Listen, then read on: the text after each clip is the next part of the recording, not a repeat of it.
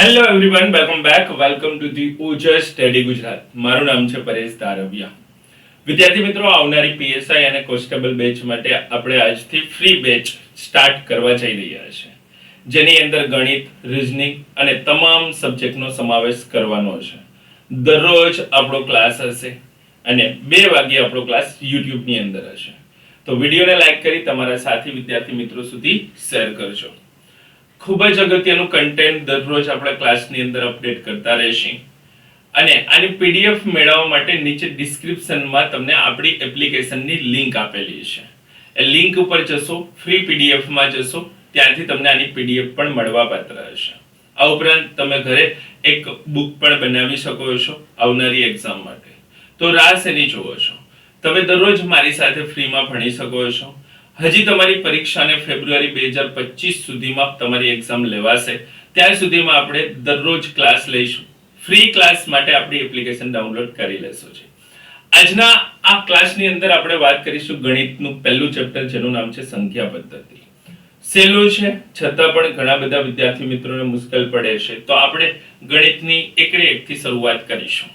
સંખ્યા પદ્ધતિ એટલે શું, કોને કહીશું સંખ્યા, ત્યાંથી શરૂઆત કરીએ.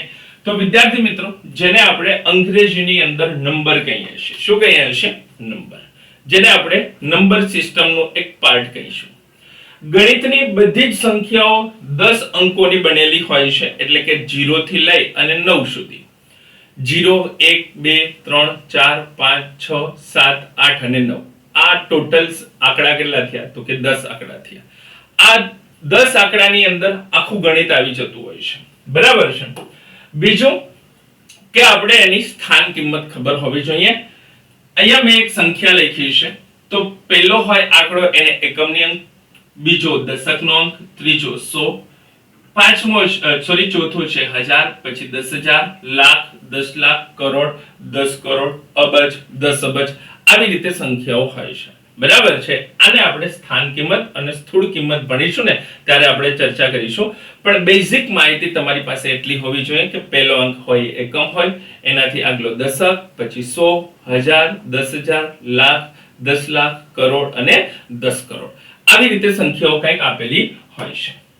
સંખ્યાઓનું વર્ગીકરણ કરીએ તો સૌથી પહેલો એમાં વર્ગીકરણની અંદર પહેલો વર્ગ એનો પડે છે પ્રાકૃતિક સંખ્યા, જેને આપણે n વડે દર્શાવીએ છીએ કે ભાઈ પ્રાકૃતિક સંખ્યાની અંદર આવે શું.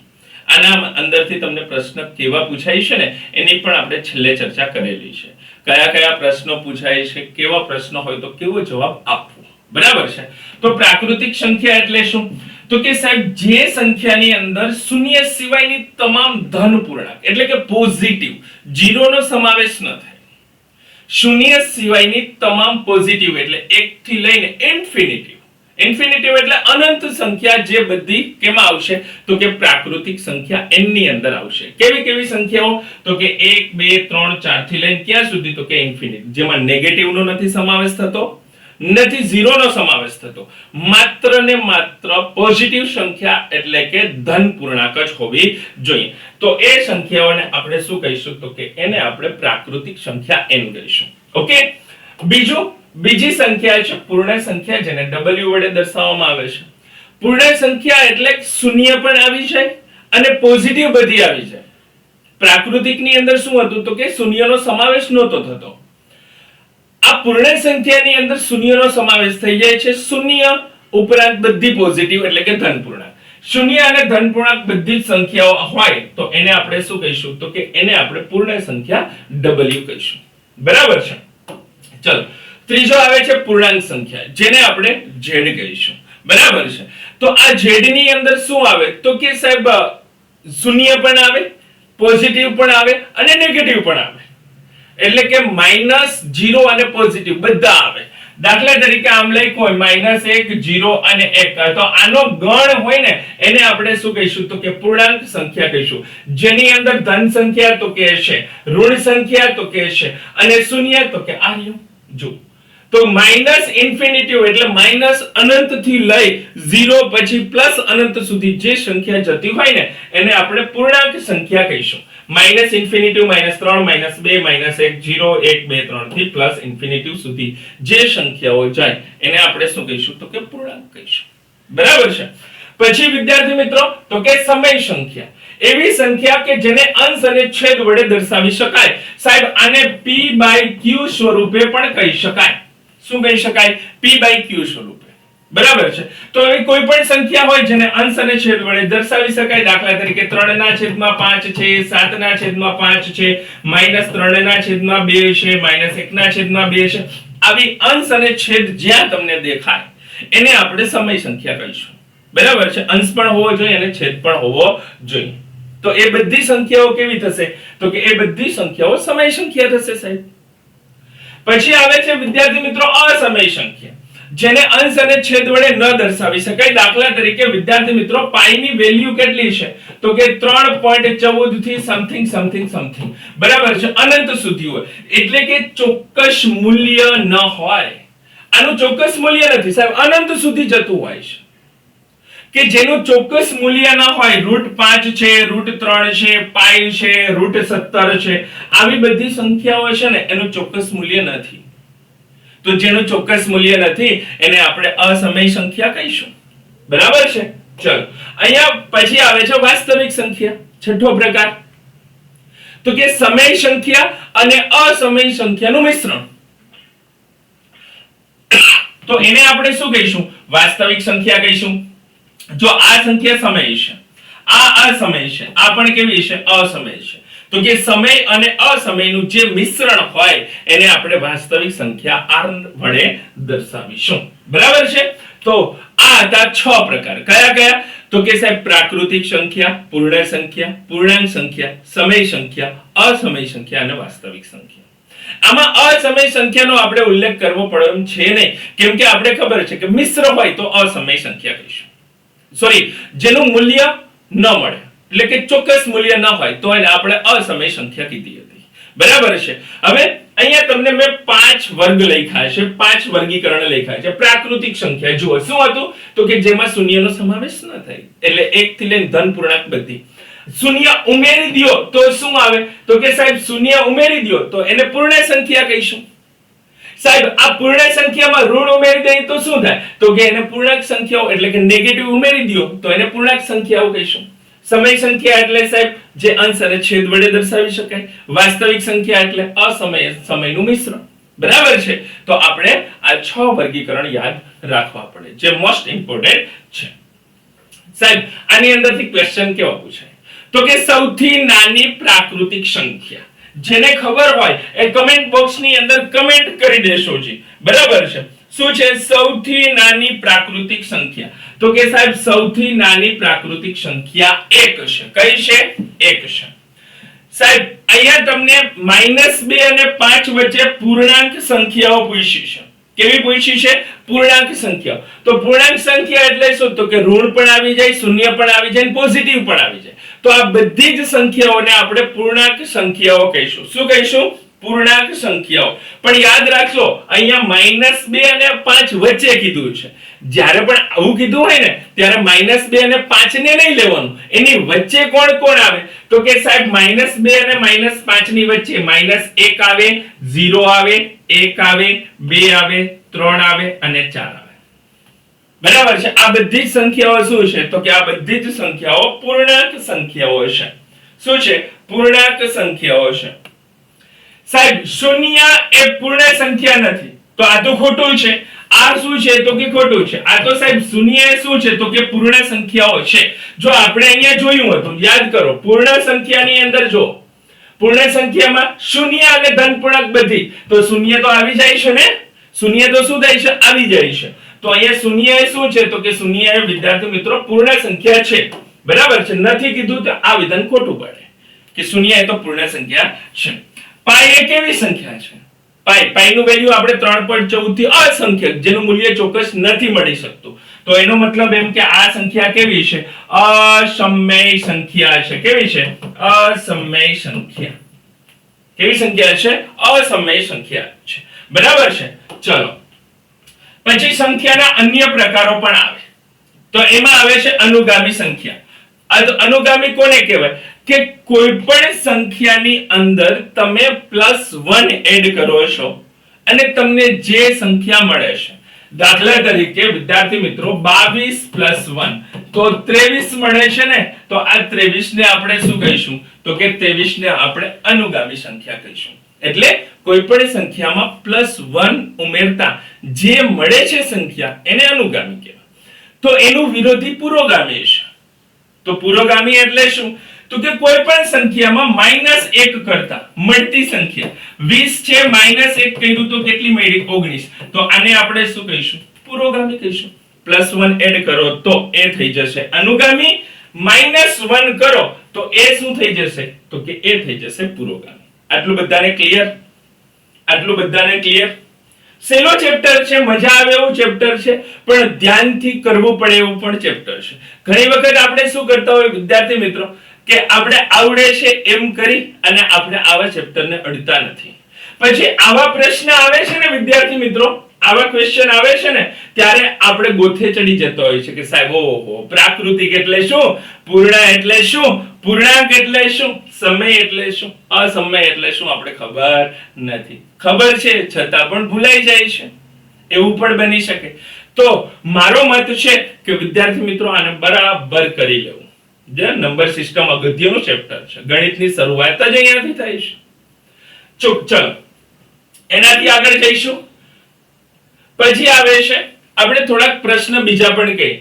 તો કે એક વિશિષ્ટ સંખ્યા છે, એકને કેવી સંખ્યા કહીશું? વિશિષ્ટ સંખ્યા કહીશું. ગુણાકાર માટે તટસ્થ સંખ્યા કેટલી છે? 1.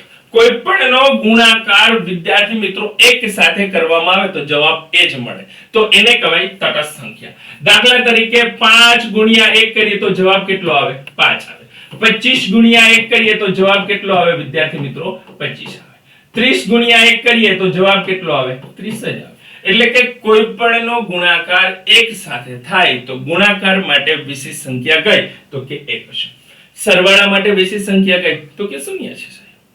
કોઈ પણ નો સરવાળો વિદ્યાર્થી મિત્રો તમે 0 સાથે કરો તો તે જ સંખ્યા મળે કે ના મળે? તો કે હા સાહેબ, 25 + 0 કર્યો તો આ 25 જ મળ્યા, હે ને? 35 + 0 કર્યો તો આ કેટલા મળ્યા? 35 જ મળ્યા. તો એનો મતલબ એમ કે કોઈ પણ નો સરવાળો 0 સાથે કરવામાં આવે તો એ જ સંખ્યા મળે જે તેના માટે વિશિષ્ટ છે. એટલે સરવાળા માટે તટસ્થ સંખ્યા કઈ છે?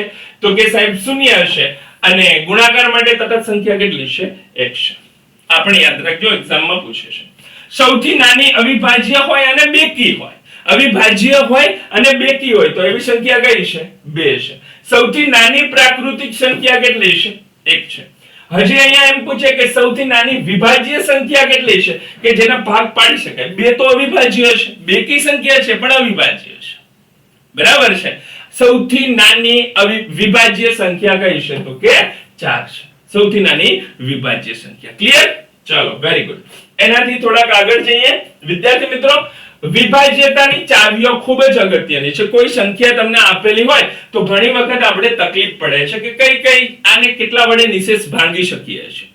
તો 2 ની ચાવીમાં તમે શું યાદ રાખશો? તો કે સાહેબ 2 ની ચાવીમાં એકમનો અંક, એકમ કોને કહેવાય? દાખલા તરીકે 35 42 છે, તો આ એકમ છે, આ દશક છે, આ 100 છે અને આ 1000 છે. તમારે શું જોવાનો? એકમનો અંક જ જોવાનો.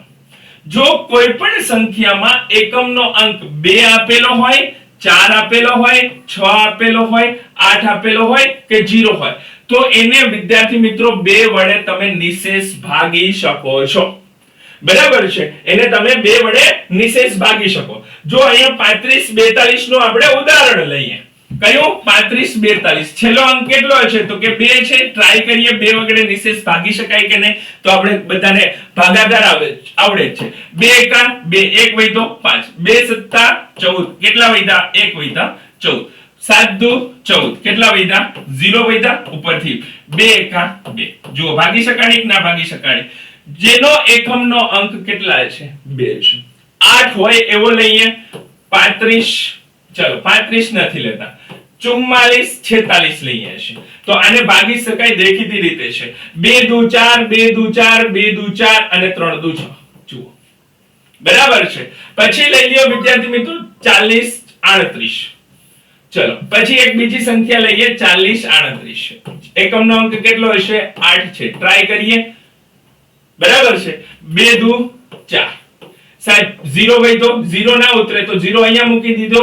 3 2 એકા 2 1 વધ્યો 18 2 નવા 18 પતી ગયું જો ભાગી શકાણો કે ના ભાગી શકાણો કે જેનો એકમનો અંક કયા કયા હોય 2 હોય 4 હોય 6 હોય 8 હોય કે 0 હોય એકમનો અંક આવી સંખ્યા હોય તો 2 વડે એને નિશેષ ભાગી જ શકો બરાબર છે ચલો એના પછી આગળ 3 ની ચાવી જેના અંકોનો સરવાળાને 3 વડે નિશેષ ભાગી શકાય ચલો આપણે જોઈએ સાહેબ અંકોનો સરવાળો દાખલા તરીકે 288 છે તો બધાનો સરવાળો કેટલો થાય તો કે 8 ને 2 10 10 ને 8 18 18 ને 3 વડે ભાગી શકો તો કે આ સાહેબ 6 તેરી 18 જો 18 3 6 18 બરાબર છે આને 3 વડે ભાગી શકાય કે ના ભાગી શકાય તો આપણે શું કર્યું તો કે સાહેબ આનો અંકોનો સરવાળો કર્યો 288 છે એના અંકોનો સરવાળો કર્યો 8 ને 2 10 10 ને 8 18 તો અંકોનો સરવાળો કરો અને એને 3 વડે ભાગી શકાય તો એ આખી સંખ્યાને તમે 3 વડે ભાગી શકો ચલો એક બીજું ઉદાહરણ છે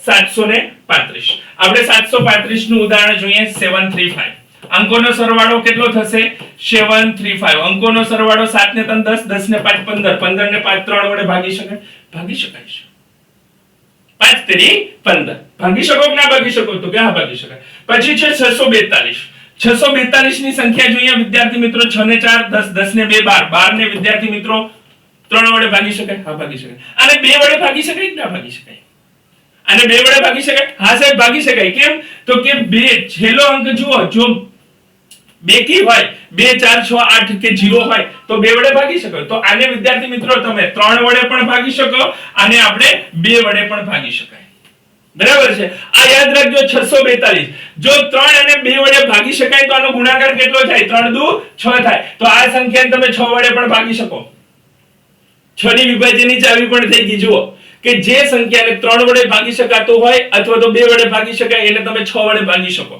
જુઓ અને આપણે ગણતરી કરીએ 642 વિદ્યાર્થી મિત્રો 6 વડે 6 એકા 6 0 વધ્યો 4 ઉતાર્યા બરાબર છે ઉપરથી વિદ્યાર્થી મિત્રો 0 મૂક્યો 2 ઉતાર્યા 7 6 42 જો ભાગી શકાય કે ના ભાગી શકાય એટલે 3 વડે અને 2 વડે ભાગી શકાય એવી તમામ સંખ્યાઓને તમે 6 વડે પણ ભાગી શકશો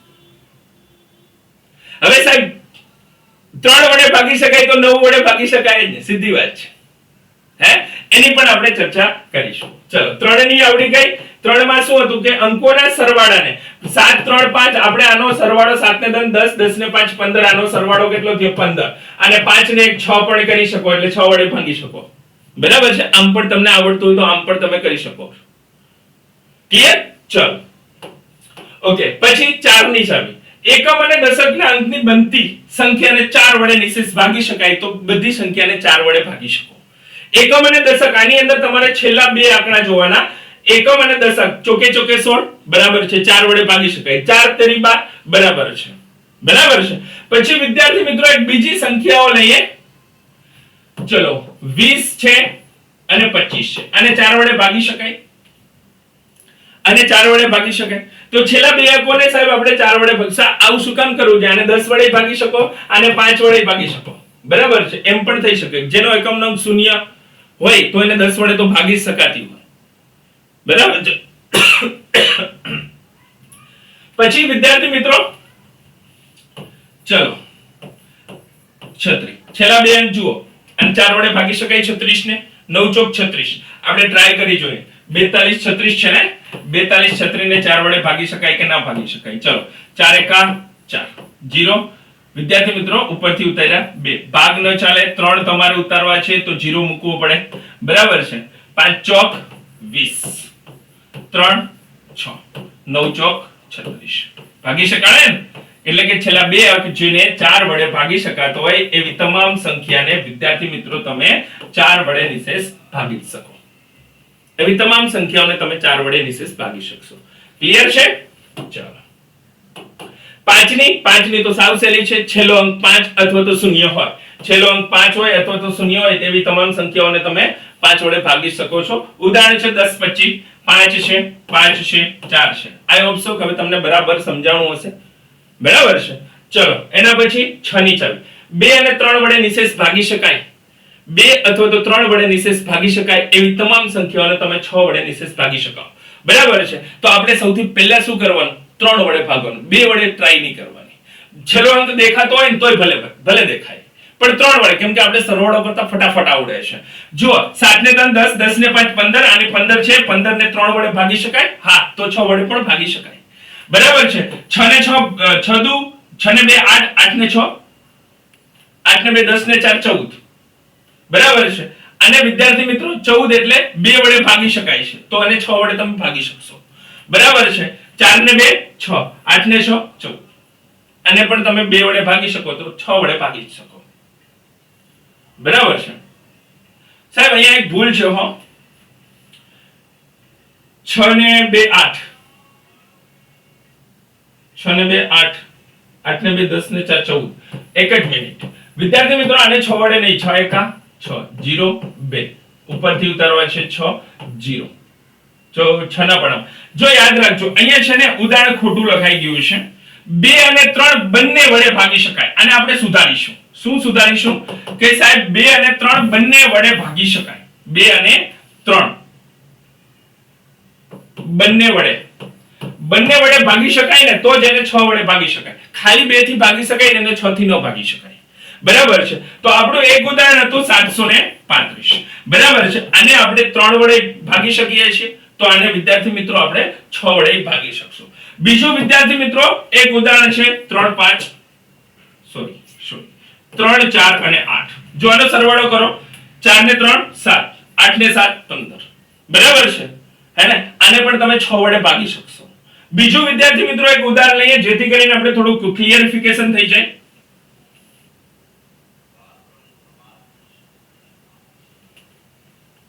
8